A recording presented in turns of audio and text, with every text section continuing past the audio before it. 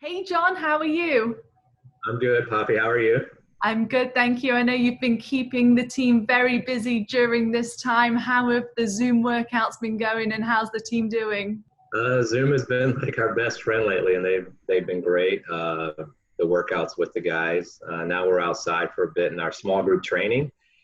So I think just being outside has just been a pleasure so far. We are so lucky here to be out in the sunshine. I know that all the players are enjoying getting some touches on the ball.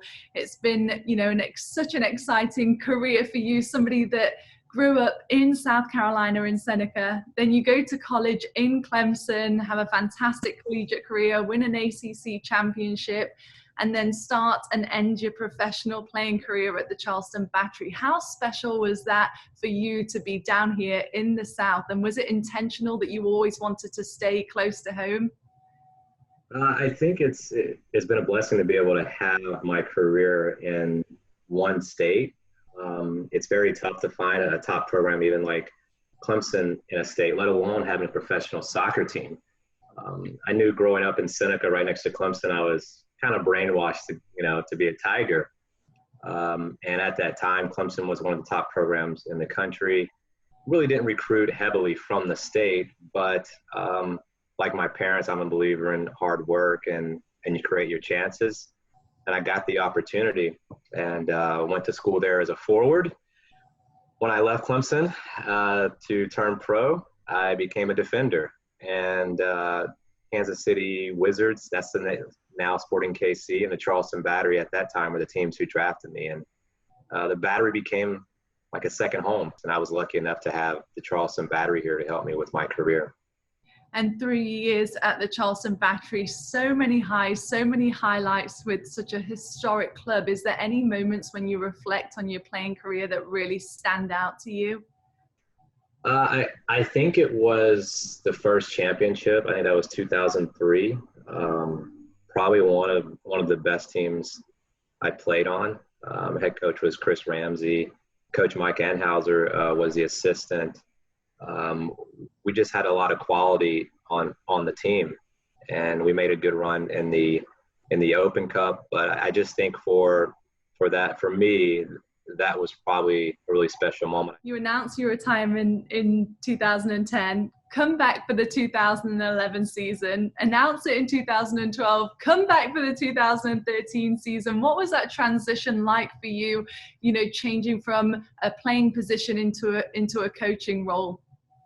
Yeah, I guess I just like to keep them guessing. It's been obviously a transition, but as I speak with athletes and work with athletes, as you go through your career, you're wondering when your time's going to end and on the field, and you want to be prepared. So that was one of the things that I was thinking about when I was going in and out of the thoughts of retiring. And at times I wasn't sure what I wanted to do, but I always followed my passion. If I could still play, I said, okay, I need to play, because your career is very, very short as a player. If you can play 2 to 3 years, you've had a good career.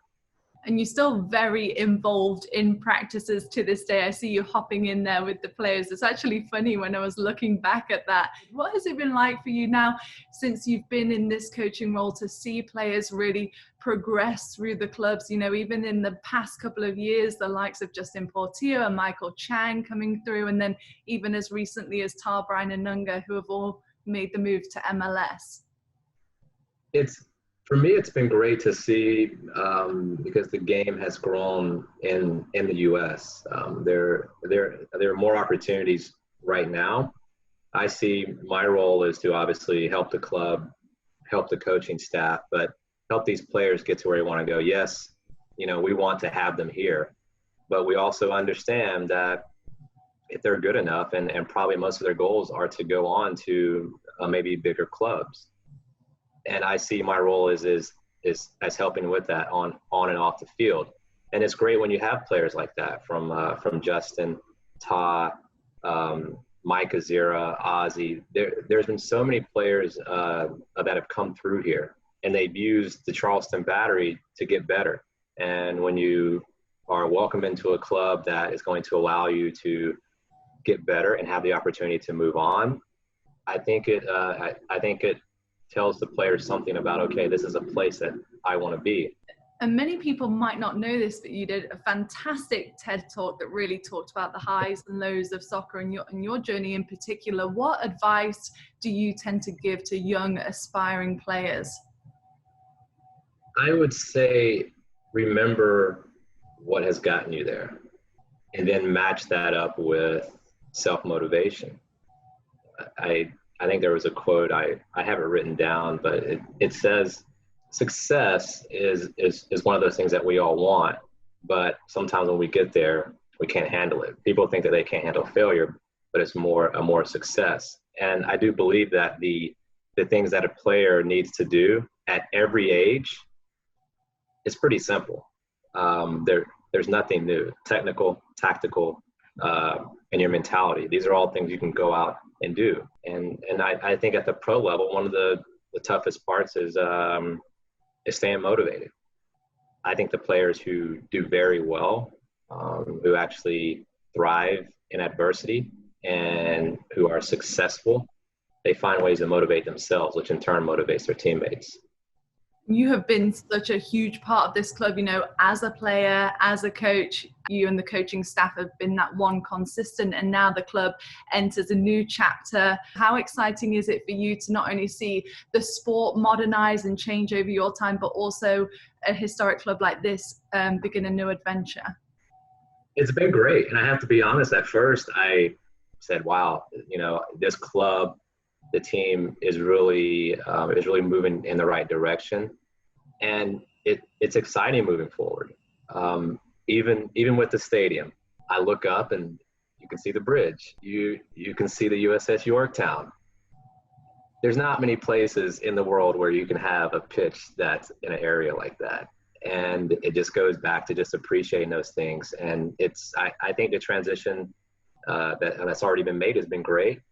I know we're in a time that may seem a little bit unsure, but as I look at the players right now and what we're doing and the league is doing, I think we'll move along slowly and be playing again in a safe environment and in a safe way. And I know you've been keeping the team really busy. You've got a Zoom call this afternoon with yoga, is it? Is it yoga this afternoon? How has that been going, and what's on the agenda? Yes, we have a Zoom yoga with Be Yoga Mindful. They've been part of the club handling yoga for a while, so we have that later this evening, and that's good for the guys after a week of where they've been off just training on their own. Yeah, it's been a change for everybody, but the players have been great. They've acclimated to it, and I think it's actually helped us kind of learn a bit more about each other as well. And it's given some guys some time to reflect and also work on some other things, which I think is good.